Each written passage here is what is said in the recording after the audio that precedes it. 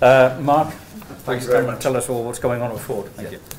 Good morning all. I'm Mark Thomas. I'm the head of engineering for Ford Motor Company's Bridgend engine plant, which is just across the way. I also look after the Ford production system for the site, so the manufacturing standardization. And when Gash asked me to sort of speak about the deployment challenges facing OEMs, and particularly Ford Motor Company and our plant, the biggest thing which jumped in my mind, I've only got 10 minutes to talk about it. So one of the approaches I want to take is just very quickly just to sort of recap for everyone on what actually does Industry 4 mean to us as a company, Ford. And on one of the polls I noticed, we've got about 30% of experts online or in the room, so you can heckle me when we come to that. But also then, once we understand what it is, to look at what it means, the different elements of our business. And what we're currently doing as a company. So what is Ford Motor Company doing with Industry 4 technologies? Before then, we can understand the opportunities and the challenges and how we address that.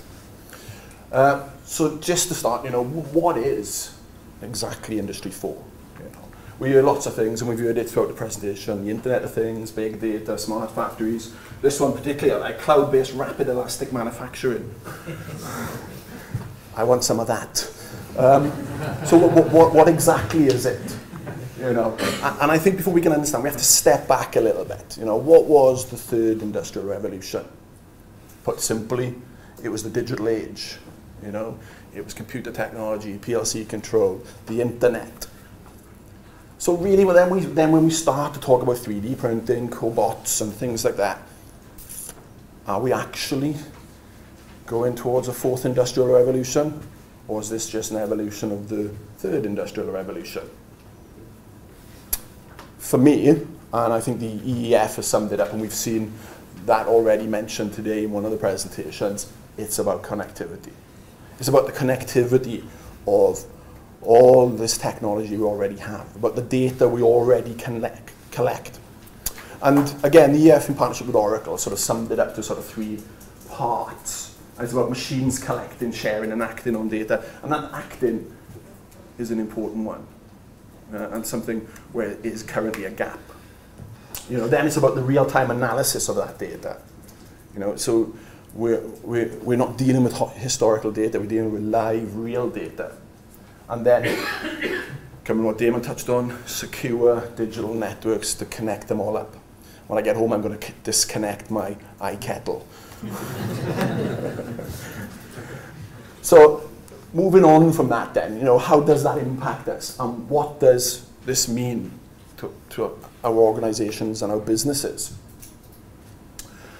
And I think before we look at that, we have to say, well, it means different things to different parts of our businesses, different parts of our organizations. So take Ford Motor Company, for instance. If I make a very simplistic cut across the business, and I take away the finance, the material handling, the quality control, and everything else, and just look at what is our core business. Our customer wants a product, we design that product, and we manufacture it. So if we look at those 3 elements and what it means, and starting with really, what does it mean to our customers? It means a connected experience. From home to phone, to your vehicle, to your office. And we've now got the opportunity of making that commute, that traveling time, a connected experience. It's not here yet. Autonomy and autonomous vehicles will be part of that. Then we've got, it helps us to collect more data.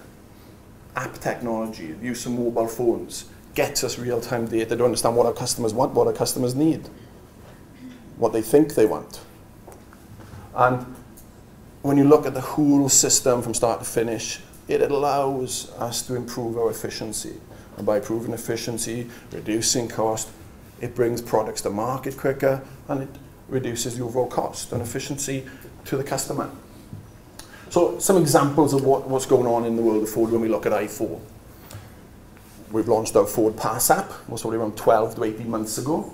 And this is the app which connects to your infotainment system, our Sync 3 system, which not only allows you to, and why you would ever want to know, where you've left your car when you've parked it. Useful now and then. Not for me when it's just in my parking space. But also real-time traffic information to your phone, to your infotainment system in your car. Also then, you know, vehicle stats, you can book a service, you know, when your car needs a service, when your vehicle needs a service, what your fuel levels are. I think this next bit's not going to come to the UK because of legislation, but certainly in the States, you can start your Escape or your F-150 truck from your phone. You can unlock it. Yeah? Great for the cold winter mornings in Wales, but we will see where you can put your heaters on and get the car up to temp. Then we viewed autonomy and autonomous vehicles mentioned. Huge improvements in sort of artificial intelligence and the algorithms and sensors which will allow us to make self-driving vehicles. Cybersecurity, huge consideration for that. You know, if someone can hack in and boil your kettle for you, what can they do when you're driving a driverless car? And you know, even at the moment, there's lots going on in the auto industry. Lots of manufacturers are doing it. We've got a Fusion on Tesla, an actual one there in the streets of Pittsburgh as we speak. So then we move on and say, well, how does it affect, you know, what's happening with the design of our products? And collaboration. You know, Ford, global country, departments in various countries, often not very connected by time zone and everything. Cloud-based technologies have changed how we collaborate. They've changed how we collaborate now. It allows our headlight cluster designers, maybe in China, to deal with the bonnet and fender designers in the States working on a collaborative project. We see it in the film industry. Adobe Creative Cloud allows people to work on the same project. It's changing the way we physically design things as well. You know, we started designing cars with a sketch, then we clay modeled it. We still start designing cars with a sketch, now we 3D model it. Now the 3D model then produces a CNC program that will cut out the body of a car. And we put some clay on so we can manipulate it and get it as we want. But as we go forward, you know, now we connect it also to 3D printers. So the smaller components inside the vehicle, the dashboards, the little buttons and knobs, we can make, we can change. Very, very simply, without having a whole tool room prototyping support. You know, our normal engineering teams can just press print on the 3D printer. And it's compressing the design to manufacture times. Because of all this rapid prototyping, the collaborative design, you know, we're able to get to a final design very, very quickly. And some of the sort of tools we sort of see in now, and this is on test with Microsoft HoloLens in our Dearborn Design Center, where we can use virtual reality to, or should I say augmented reality, to put a mask over an existing vehicle to see how it would look. You can offer parts up to it. And I think we saw in Andy's presentation, pity it wasn't a Ford vehicle, that was the only disappointment, but I'll live with that. But you saw on one of the videos how the shape of the car was extruded and smoothed over. We're now able to do it in the virtual world. So really sort of improving the collaboration and design the manufacture times. Then, how do we manufacture product? You know, what my day-to-day job is. I could talk forever on this one, but we're sort of seeing that the i4 technologies are easier to implement, they're lower cost. Where traditionally we'd be going to the equipment manufacturers, the Krausers, the ABBs, and maybe buying complete solutions because the return on investment was right. It's much easier now to invest in smaller technologies. Some of the sensors I think Russell was talking about. Cobot installations, 3D printing applications, how we use data. It's much lower cost and easier to deal with. Comes with that is the increased flexibility we see. You know, I think, again, Russell again mentioned about RFID tags. You know, one of our lines we have just across the way is that RFID tag since it went in about 22 years ago. And as we've developed and built on it, what it allows us to do is to customize what happens to that engine when it hits that station. It knows what derivatives. On that one line we have 30 different types of derivatives. It gets shipped from Our little factory in Wales, to North America, to Thailand, to Brazil, to all of mainland Europe. And everyone is slightly different in terms of what it needs. And that customization of the RFID tag allows us to build what the customer requires. As a company, we're quite far down the road of a connected company. Our customer orders a vehicle, that gets translated into an order for the vehicle plant, which gets translated into an engine for us, which gets translated into the parts companies need to supply us. And that's pretty automated even now as we stand. Then autonomous systems to compensate and adapt. And this is where we start to talk about maintenance, self-learning machines, which can monitor themselves, make decisions for themselves, and adapt themselves. And a typical one, you service your car every 12,000 miles, 1 year. Same goes for our machinery. Do we need to? When you've got the sensors which are connected to the machines, and you can monitor oil degradation in spindles and gearboxes, vibration of parts of the machine, it's self-checking. And it can tell you when it needs to have an intervention made. Not there yet. And from that point of view, when we look at i4 technology in manufacturing, you can see we're testing at the moment this exoskeleton. This is a health and safety improvement. Vehicle assembly, particularly underbody vehicle assembly, is, I'm running out of time, 1 minute left, is very taxing. So these exoskeletons allow tasks to be repeated. This is a cobot installation in our engine plant across the way, using a vision system to photograph it. It's repeatable. It adapts what it looks at depending what derivative is in there.